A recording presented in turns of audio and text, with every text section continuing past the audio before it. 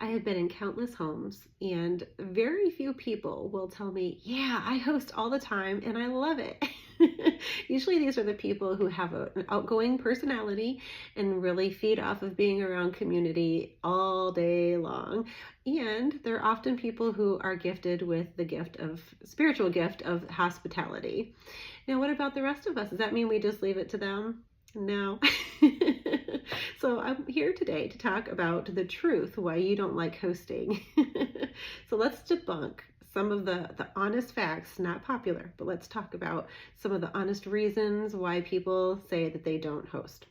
Number one is I don't like it. So when in Christianity did we decide that if we don't like something, we're not going to do it? No, this is about spiritual maturity. This is about growth. The Lord built us to continuously grow, and we grow in community. So if hosting is hard, I'm going to challenge you to try to put a date on the calendar and push through something hard. Reason number two that I hear is hosting gives me anxiety.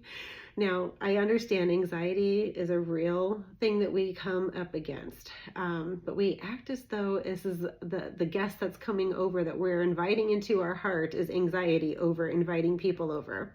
You're choosing to live with the anxiety and fear instead of trying to move past and grow and welcome people that God designed you to love on into your home. If you think about it, you're actually bowing to fear. So I want to challenge you, if you're finding that it's fear driven, that you'll prayerfully consider with the Lord how he might change this perspective inside of our hearts. When you're dealing with anxiety, usually there's three things when it comes to the home. It's you're identifying yourself by your personality, that you're an introvert or that you're shy. Now, we might have those tendencies. There might be people that are more outgoing and feed off of being around people. And then there's the rest of us that are somewhere in between. And then there's some that are on the opposite end of the spectrum that really like time alone to themselves. So when we say that this is who we are, we're no longer saying that we're a child of God, willing, here I am, Lord, use me, which we always think in our mind it would be neat to participate in things in the Bible, but yet we're keeping our homes shut to the opportunity of serving. Your home is a gift from God. So I want to challenge you to not limit yourself based on your personality. Our weaknesses, not that our personalities are weaknesses, but because we're in the flesh, we do have weaknesses, but they are canvases for God's strength. He promises that he will come in when we acknowledge him in all of our ways. So the third thing is that sometimes our balance between our perspective of what we think our life looks like and the reality and truth of what our life looks like are like the magnets on the opposite ends, and they're repelling each other. So that's an important time to stop and pray as well and ask the Lord, why is it that these two things aren't matching up? What I'm wanting people to think about me versus what the truth is, and how can we make those two things compatible and get honest with yourself?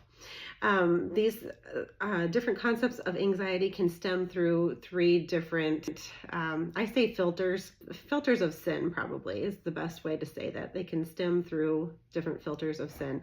And what that would be maybe pride, is that you don't want someone to see the real you in your home, and maybe you think it's messy, or maybe it feels unfinished, or fill in the blank. We all have excuses for why we have junk drawers and things in our closet or things that are just out. It's just life. The other thing is comparison. Sometimes we will compare our space to what we see on TV or what we think our friends and neighbors and family have their whole life together and that everything looks picture perfect. I'm here to tell you, I've been in hundreds of homes, and there is no such thing as a perfect home. And everybody has a junk drawer, and everybody gets sick in their home. Like, we are real human beings. So just shake out that comparison thing. It's just weighing you down. The third thing is a legit thing. Sometimes we go through hard seasons. Maybe you just had a baby, maybe you have health problems or depression, you're grieving. There's all kinds of different things that can come into our life. But our goal, again, is maturity as Christians, is to let circumstances come, feel them, but we need to not create any wedge or division between God and his people. So I think it's wise to still be in community. We were built for community. So you might have those core people that you know and trust, and maybe they're family, maybe they're really close friends you've had for a long time, but you know your core like 5 people. I still want you to try and let those people come alongside you. Humble yourself and let them pull you out of whatever you're in. It's important that we still keep open doors and let people come and go into our lives. It's just one of those housekeeping things, not just for our physical house, because sometimes we pick things up before they come, but also housekeeping in our heart. When we let people in, it just takes the mess and exposes things. And that's what we need sometimes for spiritual growth. So I'm not saying don't ever take time to yourself. If you're going through hardship, absolutely, hunker down when you need to, but don't stay there, and make sure you're still inviting community in. So those are some of the main reasons that I hear why people are not inviting people into their home. But I want to give you a truth here. Everything we have belongs to the Lord. That is what we believe as Christians. Our lives are not our own. So why is it that we're treating our homes differently? We often think that everything that we have has to be a reflection of ourselves, and that it needs to be the top or the best, or the world throws the word elevate your style, like that's the goal. But really, if we realize that our homes are a gift from God for the service of others and to glorify Him, that changes our perspective, and it can give us more of a servant heart. It might put you out to host. It might, again, depending on your personality.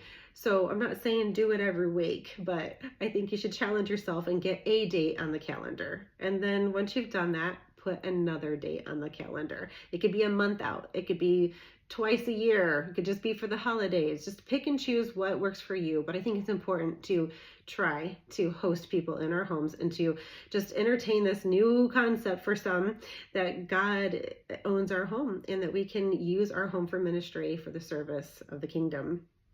Some practical recommendations is to always have a room prepared. Now, it could be that you don't have an extra space, like a guest room. My house is like that. We use all of our rooms. So you can get a pop-up bed, you can have a sofa that's prepared, but always just have some linens that are ready to go, so you could have someone stay the night if need be. You can have a shared space of an office that someone can get away, a loft, just depending. Everybody's houses are different. We're all gifted with different shapes and sizes and houses. Just if you're not going to host overnight, you can also just think about something about the day. A lot of times I will just have people stop by, and I always have crackers on hand. That's a really affordable thing. And I almost always have a piece of fruit. I can cut up an apple so thin that it can feed 20 people. So having just some fruit or some cheese and crackers or nothing. Get this, you don't even have to be a host that serves food when people come over. I have some friends that are amazing hosts, that they have that gift of hospitality. I don't feel like I have that gift of hospitality. It's a little bit more work for me. But they go all out with the themes that we don't have to do all that. Let those people run with that. But we do need to have the open heart to serve and host others. Think about in the Bible, Mary going to visit Elizabeth. Now, it was different for them because of the way that they had to travel. They didn't have cars or planes, trains and automobiles, but she hosted her for 3 months. How would we feel about that today? I was recently thinking about how friends dropped in another friend through the roof of a home just because Jesus was there. So if we think about the fact that Jesus is in our heart, His Spirit is alive in us, and we are gifted this house, are people just wanting to get here to us to meet more and learn more about their Savior because Jesus is in our home? Just food for thought. Have a blessed day.